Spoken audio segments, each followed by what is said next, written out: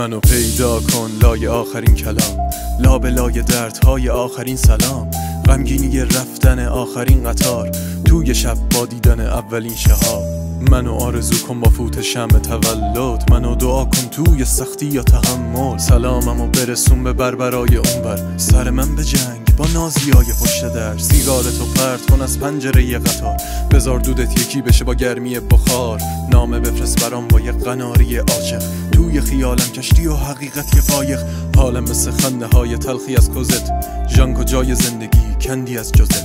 نویسنده خالی کرد کل عقده هاشو، چکلوبیا هم خیال تو هم پاشو کار کن، کتاب ها کندن امیدهای واهی، واقعیتو دیدم توی خیالهای واهی، نوبل یه بهانه است واسه دیوانگی، جرأت که دلیل واسه ایستادگی، آروم ساکت رستی زیپ ساکت، رفتنی شدین دردهای ساکت، چند ساعت رفتی از این خاکت، عکس بفرست برام از خنده های شادت،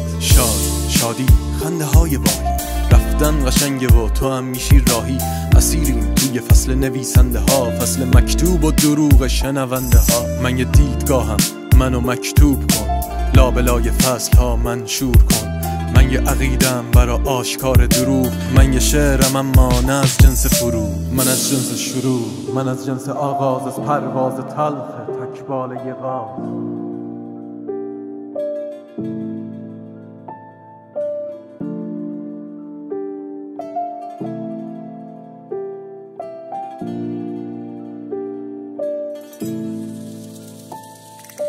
اتفاقی نبودش این زندگی فانی، زندگی تو چیدی روی بنگ و گل و ماری، وقتی بشه 40 سالت نداری هیچ راهی، میبینی که شکستی و پر خورده کاری، گردی این روزگار سخت عجیب بودش، به هر کسی زدی الان رفته تو شش دودش، ریشه کرده تنفر توی تن و خونش، حاضر حتی روحشو بده پای جونش، میگن شیطان شده دلیل قتل 100 عالم، وقتی شیطان بمیره خب خدا میشه قاتل، ادامه گفتگومون خالیه خب جاهل، هر بحثی و کشش بدی میشه جهل و باطل، این قلم ابلیس رو کاغذ ظلم، همیشه که خدا نشد عاقبت صلح، این روزا رو میبینم که جهان شده پر از کینه و حسادت و همه شدن گرگ، چه بری تو کلیسا یا چه بری تو مسجد، فرقی نداره روی ظلم هنوز مونده ردت، نمیشه که دعا خوند و همش فقط سجده کرد، راهی نداره روح تو جدا شده از جسم، سهم خوبی ندیدم از دست پشت پرده، هر کسی اعتراض کنه میره پشت نرده، روزگار تلخ داره داستانی زیبا، شجاعت و افتخار همش زیر درده،